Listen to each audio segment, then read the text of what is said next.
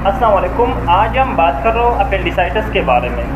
Appendicitis जो आजकल बहुत कॉमन होता है उन लोगों में जिनका एज 10 से लेकर 30 एज के बीच में होता है। अपेंडिसाइटिस जब अपेंडिक्स को इन्फ्लेमेशन हो जाता है, इन्फेक्शन हो जाता है या कोई ब्लॉकेज हो जाता है तो उस कंडीशन को हम अपेंडिसाइटिस कहते हैं। अपेंडिक्स ये एक फिंगर लाइक पूंछ लाइक स्ट्रक्चर है। हमारे जो लार्ज इंटेस्टाइन है उनकी 3 पार्ट्स है, सीकम, कोलन और रेक्टम।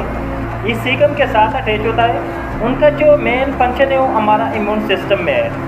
बहुत से साइंटिस्ट ने उन पर स्टडी किए कि उनके अंदर लिम्फाइड टिश्यू होता है। उन लिम्फाइड टिश्यू का काम ये है कि हमारी बॉडी में एंटीबॉडी प्रोड्यूस करता है, एंटीबॉडी स्टोर करता है।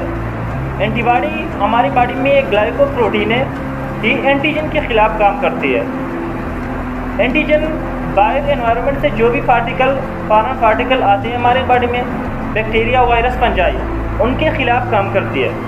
जब अपेंडिक्स को इन्फ्लेमेशन हो जाता है, इन्फेक्शन हो जाता है तो उस कंडीशन को हम अपेंडिसाइटिस कहते हैं। उनके जो मेन साइन सिम्टम है वो ये कि पेशेंट को बहुत सीवियर पेन होता है और फिर जो बेली बटन होता है उनसे स्टार्ट होता है और लेफ्ट लोअर पार्ट पे पेन होता है। आगे की तरफ, पीछे की तरफ जो पेन होता है वो किडनी की पेन है। आगे की तरफ जो पेन होता है वो अपेंडिक्स की होता है। दूसरा उनका जो मेन साइन सिम्टम वो है कि पेशेंट को उल्टी आ रहा है, दिल भी ख़राब होता है, कंस्टिपेशन होता है, इसके साथ साथ ब्लीडिंग भी होता है अपेंडिसाइटिस वाले पेशेंट को। उसके साथ साथ उनका जो ट्रीटमेंट करता है डॉक्टर वो अपेंडिक्टोमी करता है।